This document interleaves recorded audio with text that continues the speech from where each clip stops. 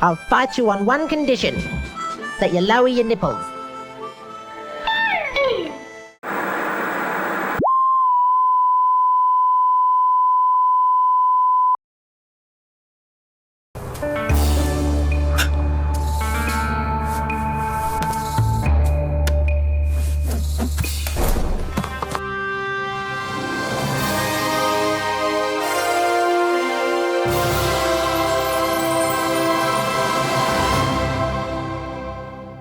In 1965, a Japanese film called International Secret Police, Key of Keys, was released. 1 year later, Woody Allen reworked the film into a gag dub reinterpretation titled What's Up, Tiger Lily, marking his directorial debut. And I took out all the soundtrack. I knocked out all their voices. And I wrote a comedy. In the decades that followed, a similar trend emerged, dubbing serious Japanese media into comedic reinterpretations. MXC, Most Extreme Elimination Challenge, turned Takashi's Castle into exactly that. Okay, just like you said, we are in sports and everyone knows who we are. We are professional sporting franchise mascots. Hey Vic, what do I look like from this angle? Kenny! Back in the late 80s and early 90s, Double Take, the brainchild of Des Mangan, was doing the same kind of comedy. After gaining a cult following, Mangan took the team's routine to the big screen with Hercules Returns. Film-going Brad McBain, played by David Argue, an unhappy employee of the Kent Corporation, the largest cinema chain in Australia, quits his job to reopen the Picture Palace in St Kilda. He enlists the help of film projectionist Sprocket, played by Bruce Spence, and publicist Lisa, played by Mary Costas. And together, they plan to screen the last film ever shown at the cinema. I wonder what the last film was. Samson and his Mighty Challenge. And are you misleading the theatre going badly? Come opening night, the place is buzzing with activity. The only problem? Sir Michael Kent, played by Michael Carmen, Brad's former boss, has stolen the canister containing the subtitled version of the film. The film, it's in Italian! It's in Italian! Leaving them with a print that has no subtitles. Their solution? We'll dub it. What? We'll dub it. We'll do the voices. The dubbed version of Samson and his Mighty Challenge is basically making fun at the whole peplum era of Hercules films from late 50s and early 60s. Mum, who do you reckon's the dumbest man in the world? Hercules, of course. Well, say hello. That really started with Hercules, starring Mr. Universe winning bodybuilder Steve Reeves. That film was a huge success and led to a whole series of sequels and imitators. It also had a big influence on bodybuilding culture. Reg Park, another Mr. Universe winner, who played Hercules in a couple of those films, ended up inspiring Arnold Schwarzenegger. Arnold actually followed a very similar path, even down to playing Hercules in Hercules in New York, which was his first film role ever. When I tried Schwarzenegger, but I couldn't understand the bugger. So, as lovers of movies with muscle men in them... Me too, I love movies with muscle men in them. Let's get into Hercules Returns. Hercules Returns. Let's talk about the acting. Or performances, should we say. Honestly, so we watched a few films in preparation for Weird Mob Media, the podcast that we're doing, obviously, as you're aware of. We watched a few, and this was one of the last ones we watched, and it was such a nice turn of events. Because to the other shit I get you're watching. Yes. Yeah. Not that the rest are bad, but this Hercules Returns, this was the second time I've seen it, but it's just so refreshing because I really like it. Yeah. I love a good comedy, and that's just me, but... the structure of everything is really good, and the performances, leading to what you said, were actually pretty good. Well, looks like we've got a hit on our hands. Let's party! Yeah! I do have to say there's one thing, it's a little bit unrelated, but the ex-boss steals the canister.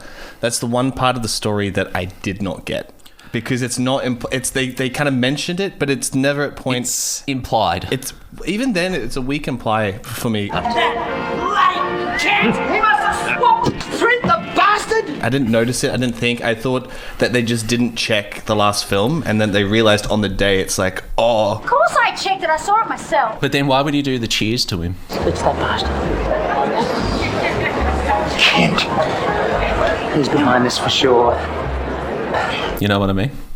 Which is the thing. But maybe he's just hoping it goes bad. But then again, that does imply that he's actually, there's some more stuff behind the scenes. Yeah. Honestly, this film is a greatest example of how much power sound has over visuals. He's paranoid.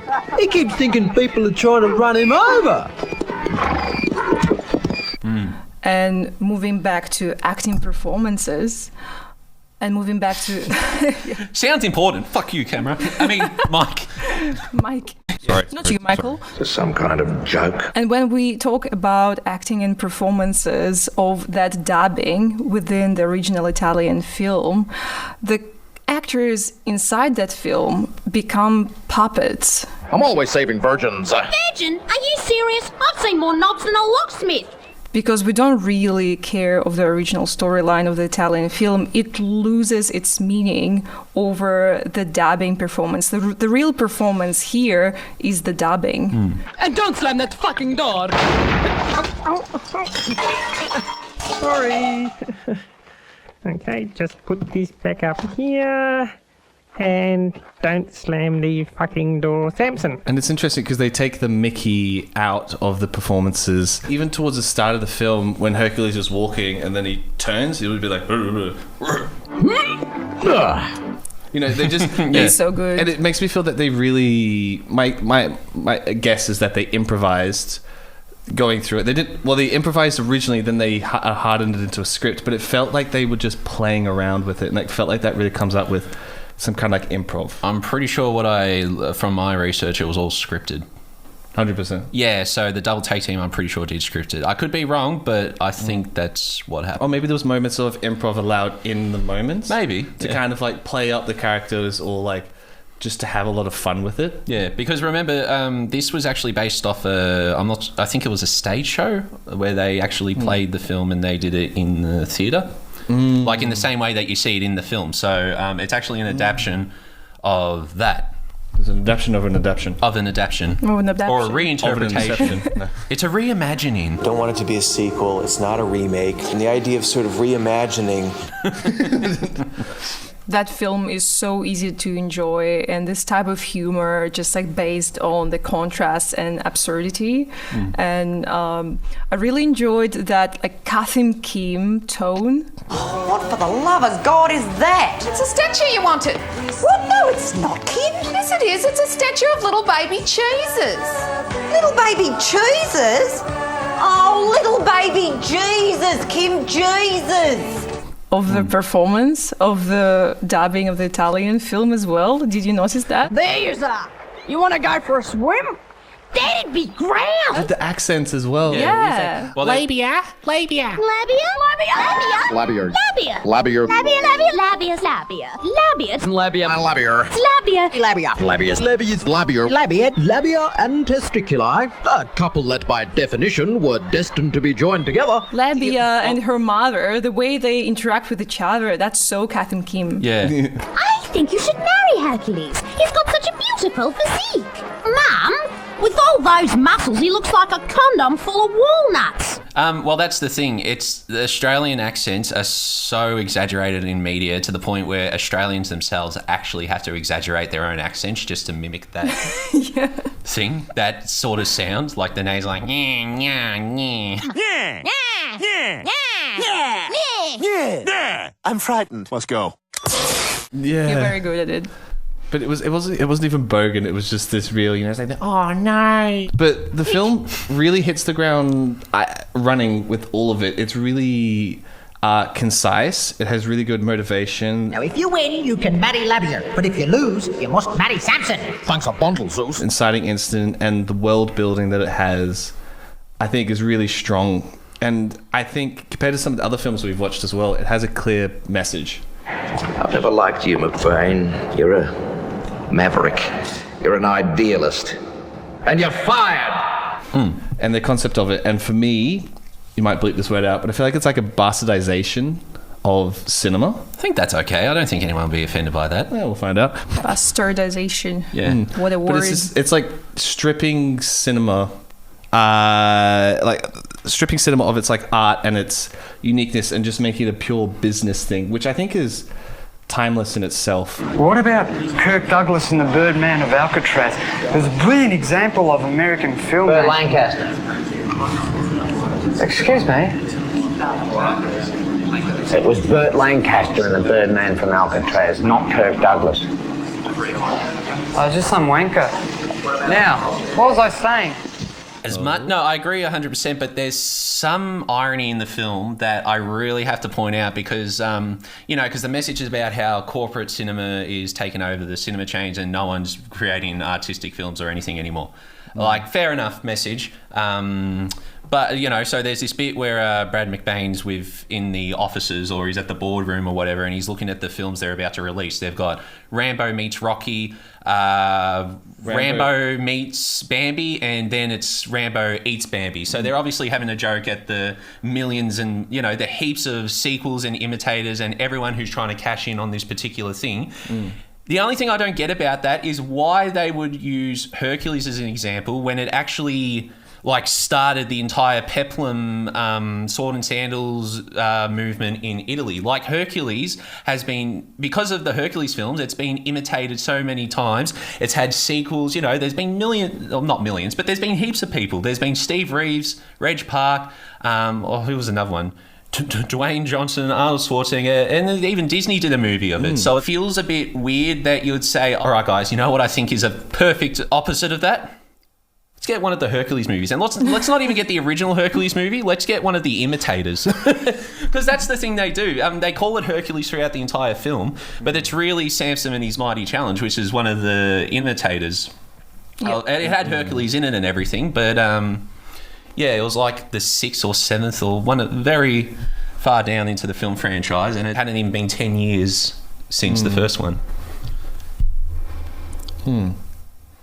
Your turn.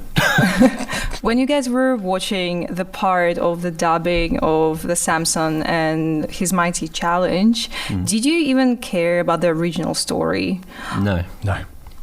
Do you feel like the actors there were delivering something else through their physical acting, or did that just blend it perfectly with the dubbing on top of that? I think because they did the dubbing to what they had. It's like doing paint strokes over a painting that already exists. You don't want to do something too far from it. But it's also the kind of the comedy comes from that.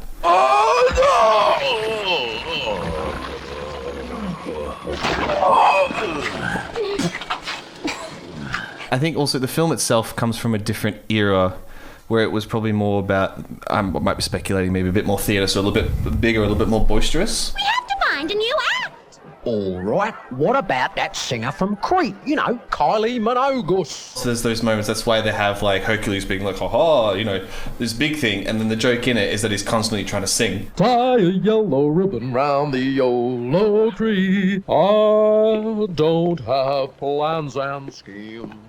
I've done it my way. Don't you just love that music? Yeah, he's always trying to do a show tune. I think it's taking the piss out of the Hercules movies. It's like they probably just watch the film and be like, okay, what wouldn't you see in a Hercules movie? Okay, Hercules doing a show routine and practicing to be a nightclub singer. Hey, that's another song I could do in my act. The Great Pretender. Yeah, look, I could come out like this, okay? Oh, yes, I'm the great. It's fine, Hercules, fine. Yeah, in a nightclub in...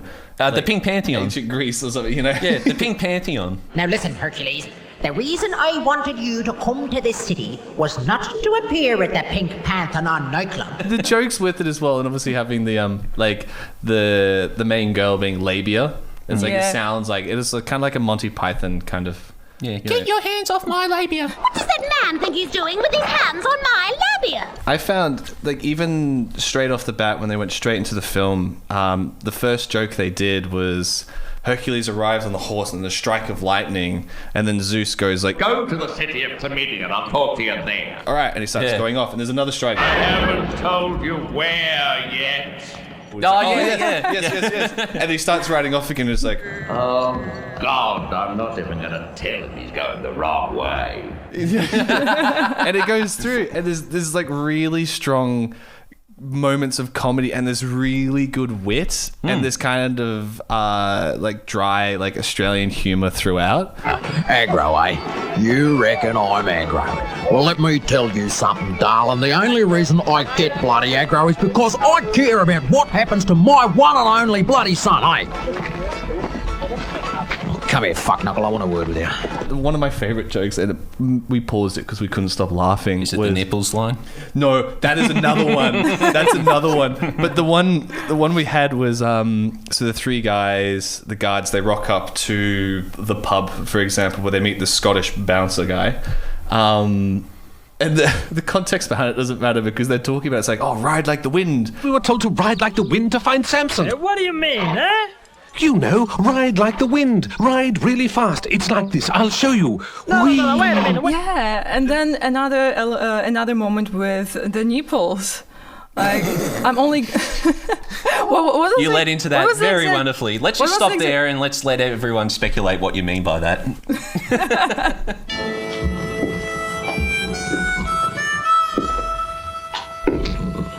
I'll fight you on one condition.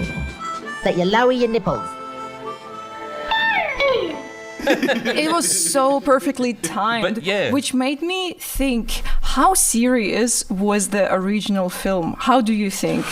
It's kind of like, well, actually, you were making a reference to it before, but it's relevant to this thing. Flying High, or in America, it's called Airplane. That movie, I'm not sure if you know, but that movie is actually a remake of a 50s movie. And a lot of the dialogue has not actually been changed. A lot of the dialogue in that film is from the original 0 Hour, which is the name of the film, and these actors were reading a lot of the lines that you hear in Flying High seriously. Listen, you involve me. I'm trying to help. I won't let her go. All right, leave her to me. Now listen to me. Calm down. Now get back to your seat. I'll take care of this. Calm down.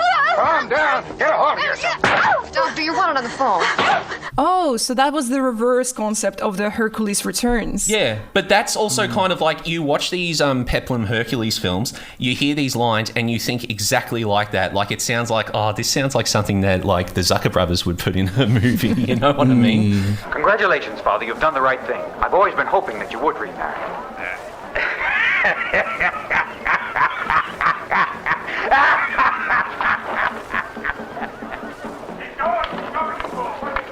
You're gonna marry her, not me. Of course I do, Dad, and I hope you'll be really happy together in that, eh?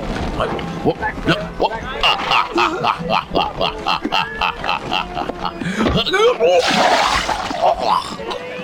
God. Those fucking prawns, eh? I've watched a little bit of the original film, and it was classified as adventure/comedy. What, the original Hercules? Yeah. It was classified as the action comedy or adventure comedy. Huh. So there were surely some comedic elements. I did not know that. I thought I feel like they were playing it seriously. I think it was a very different type of humor, though. Although that explains that physical comedy between the lines. But yeah. No way they would play it both seriously. Are you going to say you're sorry? I don't think the original film was taking itself seriously as well. I think it's also because it's like a mythological characters. It's a legend. It's these people that are bigger, bigger than themselves. Is that they do kind of play it a little bit more melodramatically. Well, yeah. Well, if you look at it, it's virtually like the best way to describe Samson and his mighty challenge is it's virtually the Avengers of Peplum movies. You know, you got Hercules, you've got Samson. Yeah, you got Samson from the Bible. You got Hercules. Same guy. And I can't remember the Zeus. No, well, you got Zeus, but he's not one of the mighty challengers. So. That's true. Also, you remember Frank Thring from The Howling 3? Darlings, you look divine. Come in and mingle. Voice of Zeus. Oh, good shot. I was aiming for you. Ah. Interesting. Yeah, a little fun fact. Oh, wait, we're a bit behind. We will do The Howling 3 one day, but not today. I don't think we should wait much longer. I was finding it hard to talk about this one because I just love it and there's so much good about it. Actually, there's one, because I watched it the second time and I've picked up on it the first time and I kind of felt it again the second time. The problem with some comedies is when it's kind of like joke and there's like energy. At a certain point, it starts to get a little bit tiring.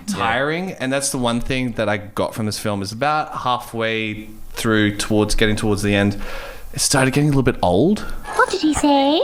You know what I mean? It was a bit kind of I like, get it. like it was funny, but because we got hit with such great jokes early on, the jokes kind of coming through are kind of like, I'd enjoyed it, but I'm not really saying it out loud. What was refreshing in the end after that boring moment was when the plot lines started to intersect. The wraparound When story. Michael Carmen's character enters the studio and they start a fight. Yeah. And as they're fighting, they talking with each other. And the audience hears these lines as a voiceover for the film. I'm not one of your slimy little underlings. Not like that assistant of yours. God, he's such a brown nose that instead of a handkerchief, he uses toilet paper. It would be great to have more audience reactions moments throughout the film as well, because we see the audience reactions at the very start when they hear the dubbing for the first time, but it'll be nice to see just a little bit of the audience reaction, them responding to the jokes, because that's also the part of the comedy, not just seeing the joke, but seeing someone's reacting to that. The film is like 80% Hercules, and it's like 20% of the wraparound story. Well, I think wraparound's only like 20 minutes or something. It's not much, and about halfway through the film, you forget that the point of the story is this evil corporate boss against this cinema, and there's this whole thing, and you kind of forget, because the story of Hercules, I feel, dug themselves a bit of a hole. Well, I do this sort of thing all the time. The story is like they're trying to get him married to Labia and stuff, and then by the end of it, it's like, do the shots in the film actually match the story that they're trying to push into it? Anyone, and I mean anyone, who tries to stop us finishing this film is gonna get bit. Do you reckon they got a bit tired by... Well, they got towards the end, and they were just kind of like, let's just cut to the final scene.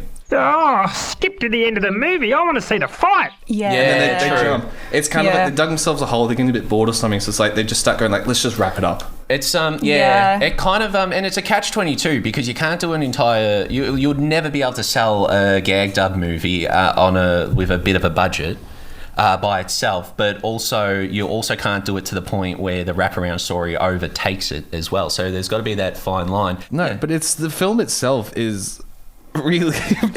I really love the concept, and I really enjoyed the film. I can't say that enough. Thanks for your support, my optimistic old mate. It's up there with some of my favorite comedies.